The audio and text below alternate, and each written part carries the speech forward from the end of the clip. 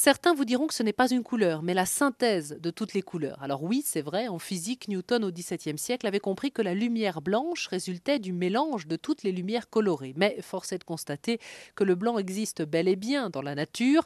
La neige est blanche et de nombreuses fleurs aussi. En tout cas, le blanc a toujours intrigué les hommes et de façon presque excessive. Il n'y a pas de demi-mesure dans la symbolique du blanc. Michel Pastoureau. Il y a un bon blanc et un mauvais blanc. Le bon blanc, c'est celui de la pureté, de l'innocence, de l'élégance. Le mauvais blanc, c'est celui qui a à voir avec l'inquiétude, la peur, les fantômes et dans une grande partie de l'Asie, la mort a à voir avec la couleur blanche. Et c'est ainsi qu'au Japon ou au Vietnam, on évite parfois le blanc en le remplaçant par le jaune. Alors en Occident, c'est la tendance positive qui l'emporte, celle de la pureté notamment, avec la fameuse robe de mariée blanche qui apparaîtra dans les années 1830. Cela dit, attention, il n'existe pas un seul blanc, mais plusieurs. Notre vocabulaire d'aujourd'hui est relativement pauvre, mais dans les sociétés anciennes, il y a toujours plusieurs mots pour dire blanc. En latin, dans les anciennes langues germaniques, il y a au moins 2 termes de base. Il y a des blancs qui sont vifs, d'autres qui sont plus fades, des blancs qui sont chauds, d'autres qui sont froids, certains tirent vers le jaune, d'autres vers le gris. Impossible alors d'en conclure que le blanc est une couleur neutre. Non, elle n'est pas neutre, mais on veut dire par là sans doute qu'elle se marie bien avec presque toutes les autres couleurs. Blanc plus une couleur, ça a quelque chose à la fois de séduisant et de chic même, je dirais, socialement. Blanc et rouge, blanc et vert, blanc et jaune, ça frappe. Et quand c'est sous forme de rayures, l'effet est presque superlatif. Donc attention, réfléchissez bien avant de peindre un mur en blanc. Rachel Fizer, Société Home Feeling. Souvent les gens se disent « Ah, je veux quelque chose de lumineux, je veux que mon intérieur ait l'air plus grand, donc ah tiens, je vais mettre du blanc ». Alors c'est vrai que ça agrandit l'espace visuellement, c'est vrai que ça crée des effets. Mais des effets vite décevants si vous ne faites pas le bon choix. Par exemple, du blanc avec des couleurs pastel, c'est souvent fade, sauf pour une chambre de bébé. Du blanc avec du gris, du taupe et du beige procure une atmosphère douce, peut-être un peu trop si l'on n'ajoute pas un mobilier plus foncé.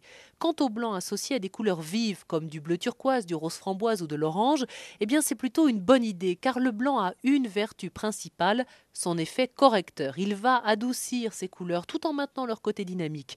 Il apporte en quelque sorte un équilibre visuel. On l'utilise aussi pour donner un effet trompe-l'œil, par exemple pour surélever une pièce trop basse de plafond. Voilà ce qu'il faut faire. Peindre en blanc le plafond, mais également peindre les murs qui sont juste en dessous sur 15-20 cm tout autour de la pièce. Ça va donner l'impression que le plafond s'élève et qu'il s'ouvre sur le ciel. Si vous mettez du blanc au sol, cette fois, vous aurez un effet de surface infini. Notamment en résine brillante. C'est un sol qui apporte vraiment une modernité et de l'éclat.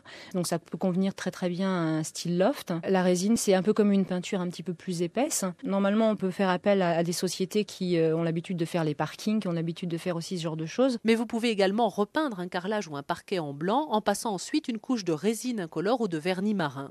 Quant aux meubles blancs, ils ne sont pas tous en kit et de qualité moyenne. Aujourd'hui, la tendance est au laqué blanc, des meubles très design avec une nouvelle matière, le d'aquacryl. Qu'est-ce que c'est, Rachel ? Une résine acrylique d'une très haute résistance. On obtient en fait un mobilier très moderne et aussi un petit peu futuriste, que ce soit dans des lignes très très droites comme dans des lignes courbes. Il est blanc, donc il est neutre. Donc le meuble va mettre en évidence la couleur qui est derrière et la couleur elle-même va aussi permettre de mettre le meuble en évidence. Et le meuble blanc ne se cache plus. On en revient maintenant à la lumière blanche. Si elle est la synthèse de toutes les couleurs, eh bien figurez-vous qu'elle permet aussi de mieux les distinguer, ces couleurs. C'est donc une lumière qui ne vous fatiguera pas. La lumière blanche, c'est une lumière qui est précise. On l'utilise pour des petits travaux, du bricolage, de la lecture, parce que c'est une lumière justement qui permet de moins fatiguer la vue, qui permet au cerveau de moins travailler. Et elle vous donnera bonne mine le matin de chaque côté du miroir de la salle de bain.